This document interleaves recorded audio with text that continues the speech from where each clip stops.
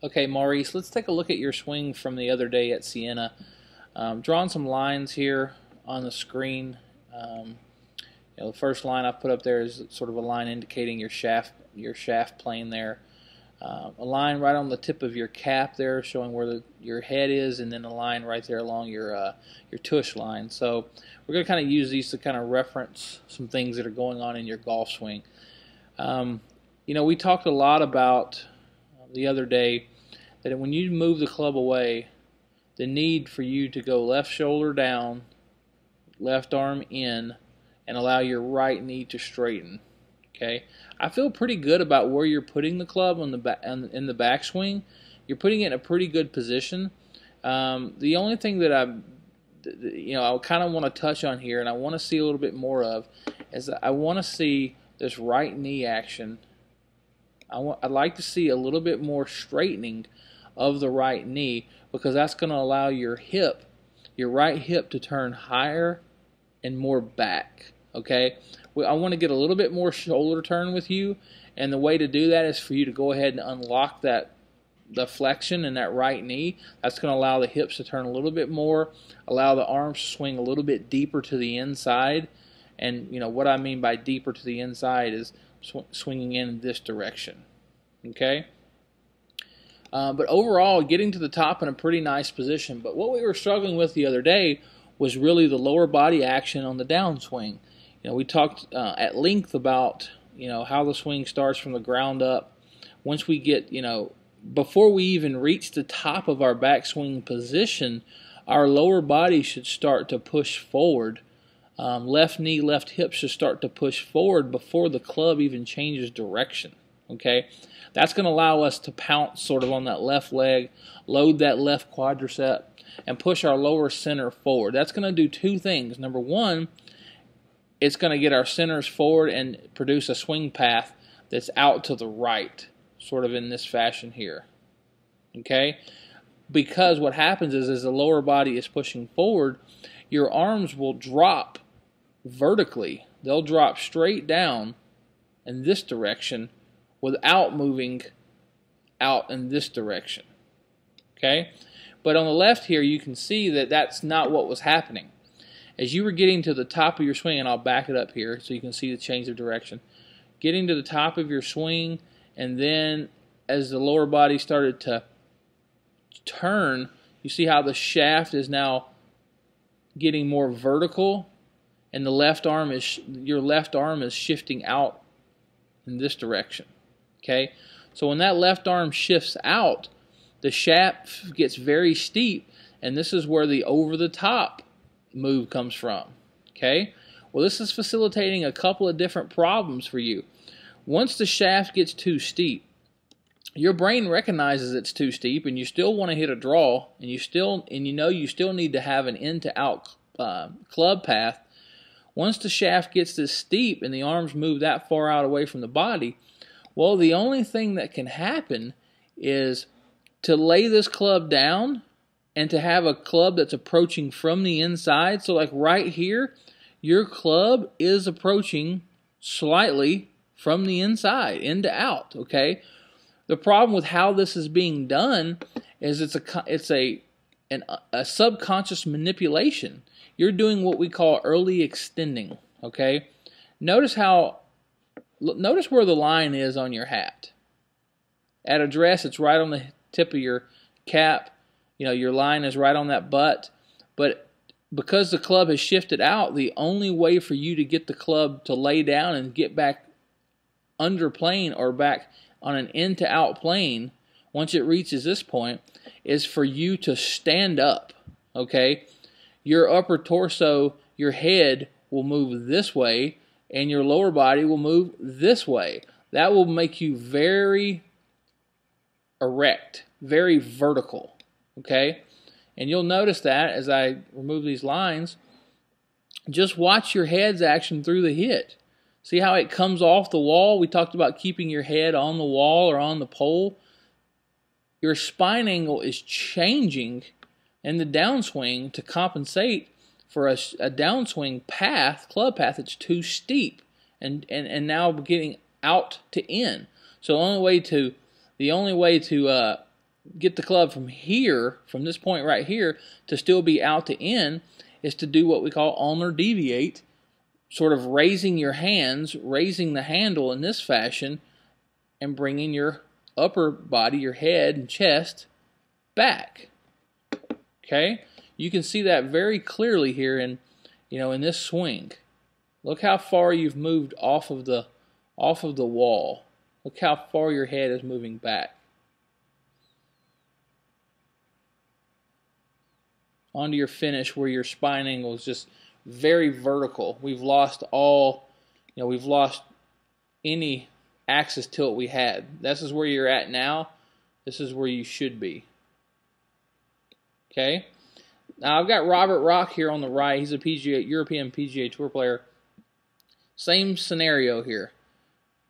Swinging the club very similar to the way I'm trying to teach you. Left shoulder working down, arms working in. At the top, head is still on the wall. Tush line still on the, on the line. Now watch as the club drops. Notice how his hips are, as his hips are pushing forward, his arms are dropping. They're just going straight. They're going down more than they're going out. Okay? And because of that, the club is now on plane. Notice how his shaft is bisecting sort of his right, mid-arm here. Whereas if I back you up,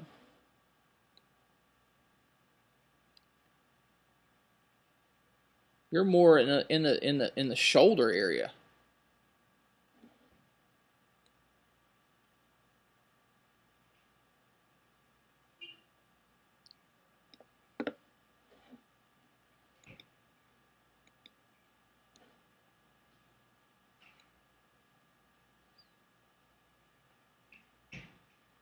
And you can see eventually, his shaft is almost on his forearm here at this point. Whereas yours just gets steeper and steeper. And then it starts to lay down because of the early extension.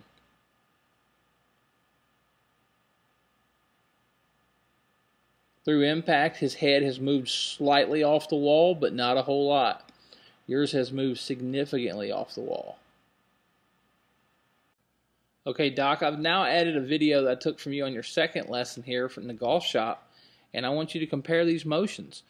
This early extension was not occurring at this point in your golf swing, so this is something that new that's developed since between your second and third lesson, because here you are in the second lesson making a backswing, left arm coming in nicely, right knee straightening beautifully. Now watch how much shallower and more on plane you are in the downswing here. Left arm isn't shifting out as much. Shaft is sort of bisecting your right arm. Head staying on the wall. Hips pushing forward. Coming off the wall a little bit, but this impact position looks dramatically different than the impact position from the other day.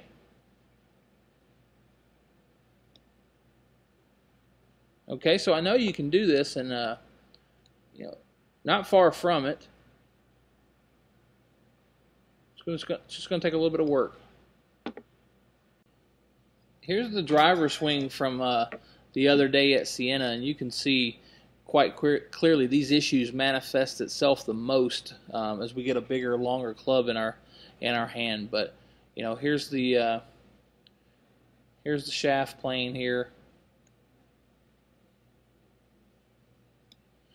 As we take the club back, posture just way too vertical, Doc, to start with. Number one, we need more forward tilt. Need our spine more, more in this area here. A little bit more forward bend. So that's something we'll definitely work together next time on. But club working in, shoulders turning a little bit flat. We have a tendency to do that with a driver. It's harder to turn steep, with a driver. But you get to the top of the backswing position here, and then just watch the dramatic shift out of your arms. I mean, the left arm is just just flying out at the ball. And from here, I mean, we're just steep across it and over the top. I mean, the club head is it's now out past the golf ball. So the only club path that we can have is just simply in this direction. And that's not what we're looking for. We're looking for a club path approaching the golf ball in this direction. And this is why you were struggling. You know, in the beginning you were hitting cuts, and this is one of the first swings you took. So you were hitting cuts until we straightened you out there and topping some of them. Well, we're topping them because the swing is so steep and across the golf ball here.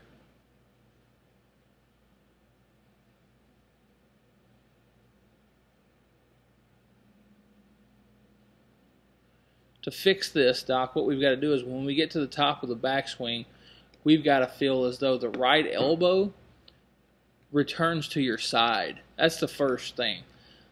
Second thing, excuse me. The first thing is your lower center pushes forward toward the target. Okay?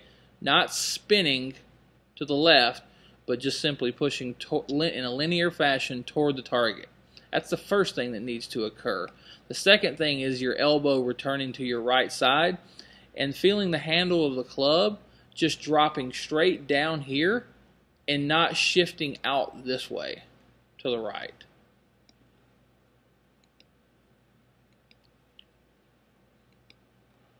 Here's that shift out move again. Look at the distance that's being created by, you know, if we measure the point from, you know, your hands to your thighs here. How that distance is just dramatically increased. The right elbow is not tucked in here to the right side. It's flying out away from you. Arms moving out away from you. The only thing we can do from here is come over the top and hit cuts. Okay, Doc, here we are one last time from the face-on view, and I just wanted to show you this view because we really talked a lot about how we need to learn to get that lower center push forward. So I've drawn a box there that's going to kind of show where your weight distribution is. But notice how when you make your backswing here, your hips are starting to sway a little bit to the right. Okay? This is something that we worked through in your first lesson that we kind of, you know, I thought we'd move past and we'd put to bed. So this is something I want you to rehearse at home in front of the mirror. We can't have these hips swaying to the right because remember, that's how we lose the integrity of the low point of our swing. Okay?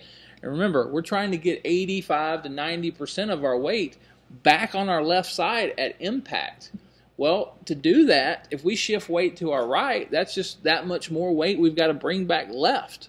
So I've got a player here on the right, Daniel Summerhays, PGA Tour player. I want to show you his lower body action and his weight distribution.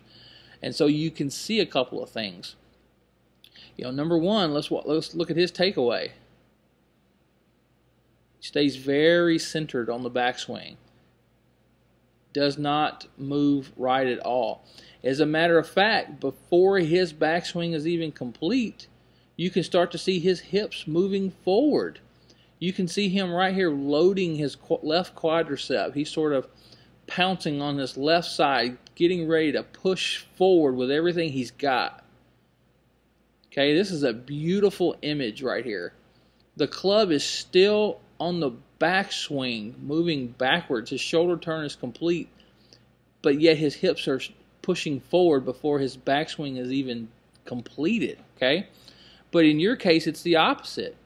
Here's your backswing. Now the arms are dropping already, and the hips are not pushing forward. They're just spinning. Notice how you push forward an inch or two, and then that's it. Now it's just straighten the left leg and start to spin. Okay?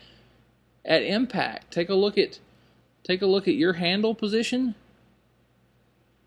Look at where your hips are. You're still sort of centered in that box. And then take a look at Daniel here on the right, how much more he's pushed forward. Here he is at impact. A ton of forward shaft lean.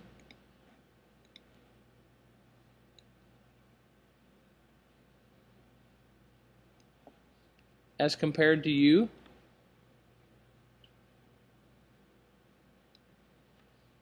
But look how much further forward his hips are. We've got to get this left hip another 2 to 3 inches in this direction. That's what's going to allow you to have these straight arms that you see from Daniel here. Beautiful straight arms at impact. Whereas yours are sort of bent.